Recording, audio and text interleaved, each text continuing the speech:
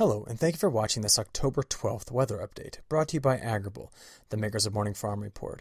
My name is Eric Snodgrass, and I am a senior atmospheric scientist and co-founder of Agrible. The first 12 days of October have been close to ideal for harvest for many locations in the Corn Belt. Near average to slightly warmer than normal temperatures have been felt across the eastern Corn Belt, with slightly cooler than normal temperatures in parts of Missouri, Kansas, Minnesota, and Wisconsin. However, October has yet to produce a widespread frost event, which is a bit late for the northern parts of the Corn Belt. The last 7 days of precipitation have been dry too. Here is the 7-day accumulated precipitation map.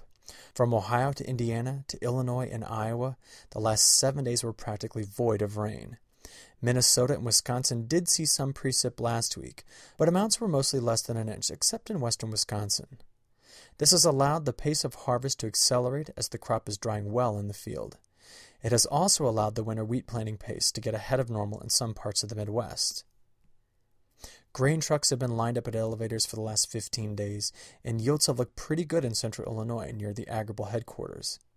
Here's a picture of the corn cano, as my kids call it, at the Andersons in Champaign, Illinois, where the grain is piled high behind the silos. Although yields are not as high as last year, total production is still quite high in this part of Illinois. Taking a quick look at the market, the USDA crop production report on October 9, 2015, had both corn and soybean yields increasing slightly, while total production of both crops was decreased overall since September due to lower harvested area. December corn futures declined on the news of higher U.S. corn yield outlook, despite a lower global corn stocks release in the WASDE report. November soybean futures rose on the news of lower overall U.S. production due to a decreased harvested area estimate. Well, getting right back into the weather, here's a look at the surface winds on Sunday night.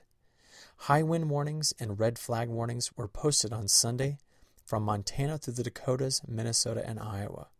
Most of the Corn Belt on Sunday experienced a warm and sunny day, fed by southerly winds and a lack of clouds. The weather to start this week, though, will be marked by the southward advance of a cold front from southern Canada. The main questions here are whether or not this front will drop temperatures below freezing and how much rain will accompany this shift in wind. Shown here are the afternoon high temperatures Monday through Thursday. Cooler air pushes through parts of the Dakotas and Minnesota on Monday and spreads southeast by Tuesday.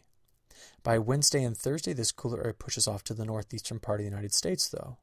The first 4 days of the week stay relatively warm in the afternoon for this time of year for most of the Corn Belt. Overnight lows get progressively cooler toward the end of the week. Wednesday morning looks to be the warmest for the Corn Belt, but by Thursday and Friday morning, lower 30s near freezing can be found in the northern Corn Belt, while upper 30s into mid-40s can be found in the central parts of the belt. Friday night into Saturday, we will see widespread 30s and 40s across the Corn Belt for what will likely be the coolest morning so far this fall. Expect frost in low-lying areas in the northern parts of the Corn Belt. In terms of precipitation, some rain may accompany the cold front as it sweeps through the Midwest on Monday and Tuesday. But other than that, the week looks dry until the chance of rain again on Friday. However, that chance is small at this point. Here's the forecast for accumulated precipitation this week. Our Tractor Time product is indicating several great days of fieldwork for most of the Corn Belt this week. Looking briefly into next week, the forecast is for above-average temperatures in the western two-thirds of the country. The CPC is also calling for wetter-than-average conditions in this same area. Current forecast models suggest a more active weather pattern next week, but there is still uncertainty in the timing and amount of rain. Remember, changes can happen very quickly during this time of year, so we will be watching this forecast very closely. To finish, let's take a quick look at weather conditions in South America. Dryness across Mato Grosso is slowing the start of the soybean planting in the center-west region that produces almost half of Brazil's soybean crop.